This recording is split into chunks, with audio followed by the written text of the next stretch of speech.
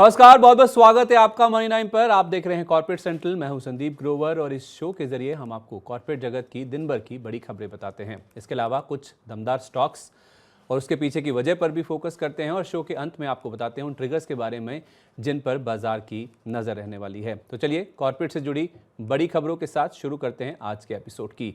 पहली खबर, अदानी ग्रुप बुधवार को 2 से 3 खबरों के चलते फोकस में रहा। पहली खबर यह है कि अदानी ग्रुप की 3 कंपनियों के शेयरों में हुए सौदे मार्केट रेगुलेटर सेबी के रडार पर हैं। एक रिपोर्ट के मुताबिक ये मामला अदानी पावर, अदानी ग्रीन और अंबुजा सीमेंट से जुड़ा हुआ है। रिपोर्ट में कहा गया है कि सेबी को इन तीनों कंपनियों के शेयरों में कुछ डीलिंग्स के मामले में इनसाइडर ट्रेडिंग का शक है। फिलहाल सेबी शेयरों की डीलिंग्स को लेकर जानकारी जुटा रहा है।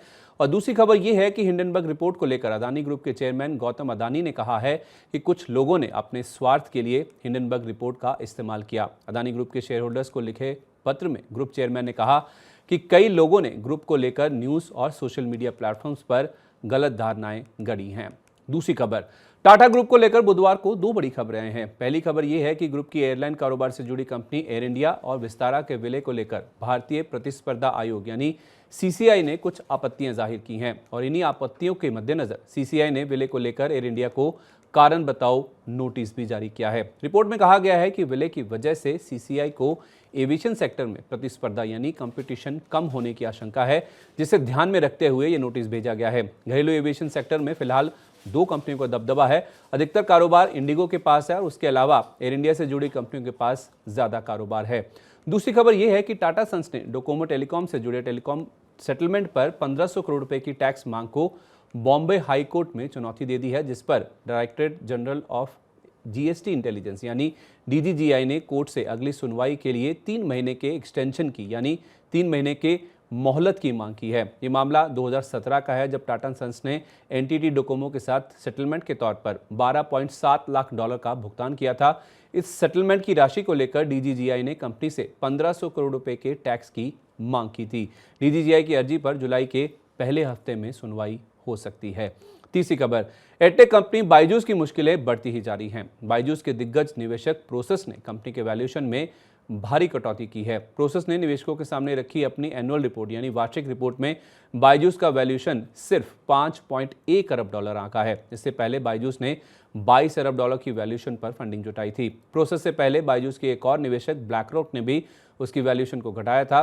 प्रोसेस ने कहा है कि वित्त वर्ष 2023 के दौरान भारतीय फूड डिलीवरी स्टार्टअप स्विगी के घाटे में 80% की बढ़ोतरी हुई है। बावजूद इसके कि स्विगी के फूड डिलीवरी कारोबार की जीएमवी यानी ग्रॉस मर्चेंडाइज वैल्यू में 26% की बढ़ोतरी देखने को मिली है। साथ ही एक रिपोर्ट में दावा किया गया है कि भारत में इस साल यूनिकॉर्न स्टार्टअप्स की लिस्ट में सिर्फ 3 कंपनियां शामिल हुई हैं। देश में अब यूनिकॉर्न स्टार्टअप्स का आंकड़ा घटकर 83 पर पहुंच गया है, जो 2021 में 100 से भी ज्यादा था। चौथी खबर, वेदांता फॉक्सकॉन जेवी ने भारत में चिप मैन्युफैक्चरिंग प्लांट लगाने के लिए दोबारा आवेदन दिया है। इस आवेदन के जरिए कंपनी ने इस प्लांट के लिए सरकार की ओर से मिलने वाली वित्तीय रियायतों यानी फाइनेंशियल इंसेंटिव्स के लिए मांग की है। नए आवेदन के मुताबिक दोनों कंपनियों ने सरकार से 40 नैनोमीटर यानी 40 nm चिप कैटेगरी के लिए रियायतें मांगी हैं, जबकि पहली अर्जी में 28 nm चिप कैटेगरी के लिए रियायतें दिए जाने का प्रस्ताव था। आपको बता दें कि इन दोनों कंपनियों ने पहले गुजरात के ढोलेरा में प्लांट लगाने की घोषणा की थी, पर इस प्लांट के लिए कोई टेक्निकल पार्टनर ना मिलने के कारण ये अर्जी खारिज कर दी गई थी। इस अर्जी के मुताबिक इस प्लांट में करीब 1.5 लाख करोड़ रुपए का निवेश होना था और 2027 से इस प्लांट से आय शुरू होने का अनुमान लगाया जा रहा था। पांचवी खबर, देश का सबसे बड़ा bank state bank of India SBI pension funds की 20% हिस्सेदारी खरीदने जा रहा है।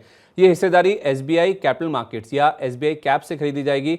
बैंक की executive committee of central board यानी ईसीसीबी से इस डील के लिए मंजूरी मिल भी चुकी है। आपको बता दें कि देश में कुल 10 पेंशन फंड मैनेजर काम कर रहे हैं और एसबीआई पेंशन फंड सबसे बड़ा पेंशन फंड मैनेजर है। 31 मई 2023 तक एसबीआई पेंशन फंड्स के करीब 3,59,000 करोड़ रुपए के एसेट्स अंडर मैनेजमेंट यानी एयूएम थे और इस कंपनी का करीब 37% का मार्केट शेयर था। छठी खबर, कर संकट में फंसी वाडिया ग्रुप की एयरलाइन कंपनी गो फर्स्ट के दोबारा उड़ान भरने को लेकर अभी संशय बना हुआ है। एक रिपोर्ट के अनुसार बैंकों ने गो फर्स्ट के रेजोल्यूशन प्रोफेशनल यानी आरपी से कंपनी के बारे में मजबूत प्लान सौंपने के लिए कहा है ताकि वो इस प्लान को अपने बोर्ड के सामने रख सकें। दरअसल बैंकों की कमेटी यानी सीईओसी ने कंपनी को अंतरिम राहत के रूप में 425 करोड़ रुपए की रकम देने को सैद्धांतिक मंजूरी दी थी, जिसके बारे में हमने आपको कॉर्पोरेट सेंट्रल के 45वें एपिसोड में जानकारी दी थी। लेकिन इस रकम के लिए बैंकों को अपने बोर्ड से मंजूरी लेनी होगी, जिसके लिए ठोस प्लान की मांग की जा रही है। आपको बता दें कि कंपनी ने उड़ानों पर लगी रोक को 30 जून के लिए बढ़ा दिया है और जुलाई में उड़ानें दोबारा शुरू करने की कंपनी की योजना है। चलिए, तो ये था कॉर्पोरेट से जुड़ा दिन भर का पूरा अपडेट। अब बात करते हैं मार्केट्स की, जहां पे रिकॉर्ड हाई लगते हुए दिखे हैं और उनमें से कुछ ऐसे दमदार स्टॉक्स जिनमें आज बड़ा एक्शन देखने को मिला, उस पर फोकस करते हैं और साथ ही साथ आपको ये भी बताते हुए चलते हैं कि इसके पीछे की वजह क्या थी। पहली खबर, वैसे तो अदानी समूह के सभी शेयर बुधवार को फोकस में रहे थे, लेकिन अदानी एंटरप्राइजेस और अदानी ग्रीन के शेयरों में सबसे ज्यादा एक्शन था। अदानी एंटरप्राइजेस के शेयर में इंट्राडे में 6% तक का उछाल देखने को मिला।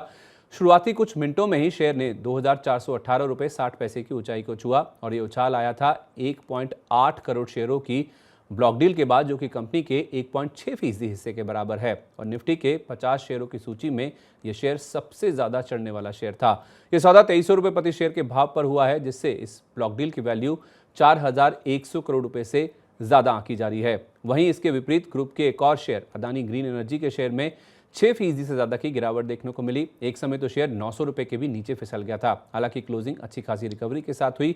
इस शेयर में गिरावट की वजह भी ब्लॉक डील ही है। एनएसई के आंकड़ों के अनुसार इस शेयर में 4,80,000 शेयरों का सौदा हुआ था, जो कि इस कंपनी के 3% हिस्से के बराबर है। ये सौदा 930 रुपए प्रति शेयर के भाव पर हुआ, जिसके बाद इस ब्लॉक डील की वैल्यू 4,412 करोड़ रुपए के आसपास आंकी गई है। माना जा रहा है कि इस ब्लॉक डील्स में जीक्यूजी पार्टनर्स, आईएचसी और कुछ अन्य निवेशकों ने शेयर खरीदे हैं, जिसके बाद पूरे ग्रुप की मार्केट कैप 10 लाख करोड़ रुपए के आसपास पहुंच गई है, जो इस महीने में पहली बार 23 जून को इस आंकड़े के नीचे फिसल गई थी। आपको बता दें कि हिंडनबर्ग की रिपोर्ट के बाद आई गिरावट से ग्रुप की मार्केट कैप में 50% से ज्यादा की रिकवरी देखने को मिल चुकी है। दूसरी खबर, टीटागढ़ रेल के शेयर में बुधवार को 528 रुपए 75 पैसे का रिकॉर्ड उच्चतम स्तर छुआ। दिन के दौरान शेयर में 5% तक का उछाल देखने को मिला था।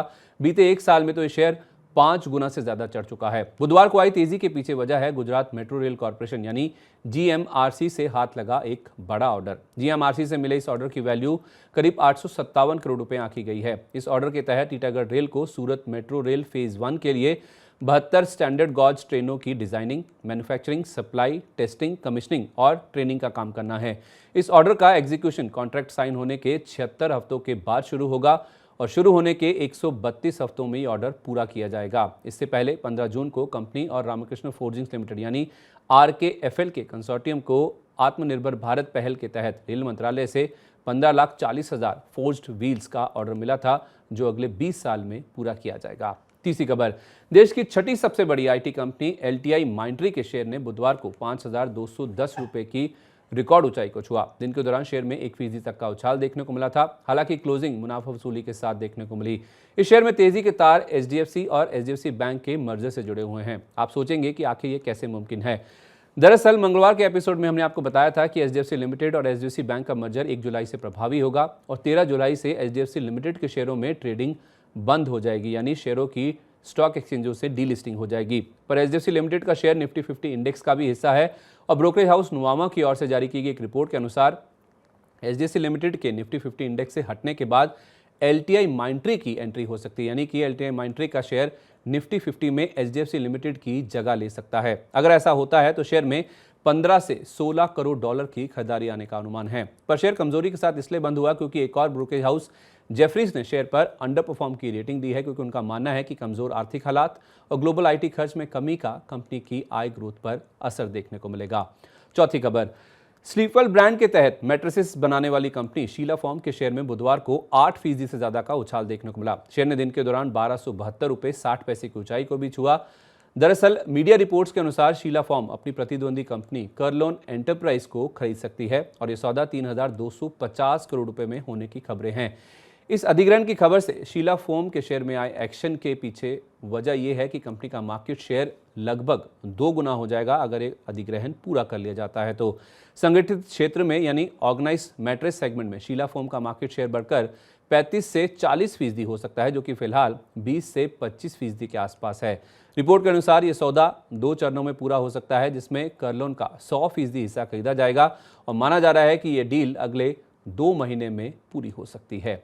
तो इसी के साथ कॉर्पोरेट सेंट्रल के आज के एपिसोड में बस इतना ही। वक्त है आपसे विदा लेने का, लेकिन इससे पहले कि हम शो को खत्म करें, शो को यहीं समेटें, चलते चलते आपको बताते हैं कि शुक्रवार के बाजार पर कौन से ऐसे अहम इवेंट्स हैं और ट्रिगर्स हैं जो कि खास तौर पर असर डाल सकते हैं। 28 जून की जहाँ तक बात है तो ग्लोबल ट्रिगर्स के लिहाज से ईसीबी के सेंट्रल बैंकिंग सम्मेलन में फेड चेयरमैन जेरम पावेल का संबोधन है। महंगाई को लेकर, यूएस की इकोनॉमी को लेकर, दरें बढ़ाने को लेकर क्या बयान आते हैं, इस पर ग्लोबल मार्केट्स खास तौर पर फोकस करेंगे। 29 जून यानी कि गुरुवार की जहां तक बात है तो भारतीय बाजार बंद रहेंगे। बकरीद के मौके पर यह छुट्टी है, जिस वजह से मार्केट में कोई एक्शन नहीं देखने को मिलेगा, तो उस लिहाज से सारा एक्शन अब शिफ्ट हो जाएगा 30 जून को। आइडिया 4 जिसका आईपीओ खुला हुआ है, इसका चौथा दिन है। तीसरे दिन अगर आप देखें तो आईपीओ करीब 50 गुना के आसपास भर चुका है।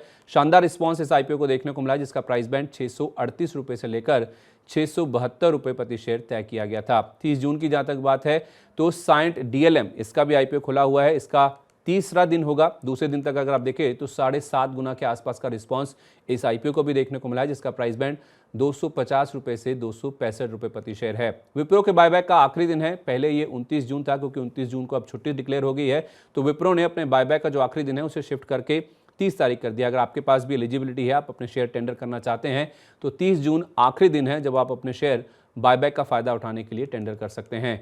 आईसीआईसीआई सिक्योरिटीज, इसका शेयर भी फोकस में रहेगा, क्योंकि डीलिस्टिंग को लेकर क्या फैसला आता है उसका असर हमें 30 जून को ही देखने को मिलेगा, क्योंकि 29 जून को इस कंपनी की डीलिस्टिंग पर बोर्ड बैठक होने वाली है। क्या भाव आता है, क्या शेयर स्वैप के जरिए होता है या फिर कैश पे आउट के जरिए होता है, इस पर बाजार खास तौर पर फोकस करेगा। 30 जून को एयू स्मॉल फाइनेंस बैंक का स्टॉक भी फोकस में रहेगा, क्योंकि इनकी जो बोर्ड बैठक होने वाली 29 जून को, उसमें पूंजी जुटाने के ऊपर विचार किया जाएगा। फैसले के ऊपर 30 जून को हम स्टॉक में असर देखेंगे। साथ ही यूएस के Q1 के जीडीपी आंकड़ों का जो असर है वो भी 30 जून को ही भारतीय बाजारों में देखने को मिलेगा। हालांकि जो आंकड़ा है 29 जून को यूएस में रिलीज हो जाएगा, पर हमारे मार्केट क्योंकि 29 तारीख को बंद है, इसलिए इसका जो इम्पैक्ट है वो 30 तारीख को देखने को मिलेगा। यही नहीं, यूएस फेड की ओर से जो बैंकों का स्ट्रेस टेस्ट है उसका जो नतीजा है वो भी 29 जून को जारी होने वाला है। उसका असर भी भारतीय बाजारों में 30 तारीख को ही देखने को मिलेगा। तो कॉर्पोरेट सेंट्रल के आज के एपिसोड में बस इतना ही। उम्मीद है आपको आज का एपिसोड अच्छा लगा होगा और इससे आपको कॉर्पोरेट जगत के साथ साथ सारे दमदार एक्शन वाले शेयरों के बारे में भी पूरी जानकारी मिल गई होगी। तो शुक्रवार को फिर से आपसे मुलाकात होगी नई खबरों के साथ, नए कॉर्पोरेट डेवलपमेंट्स के साथ इसी समय। लेकिन तब तक आप देखते रहिए मनी 9। नमस्कार, शुभ रात्रि।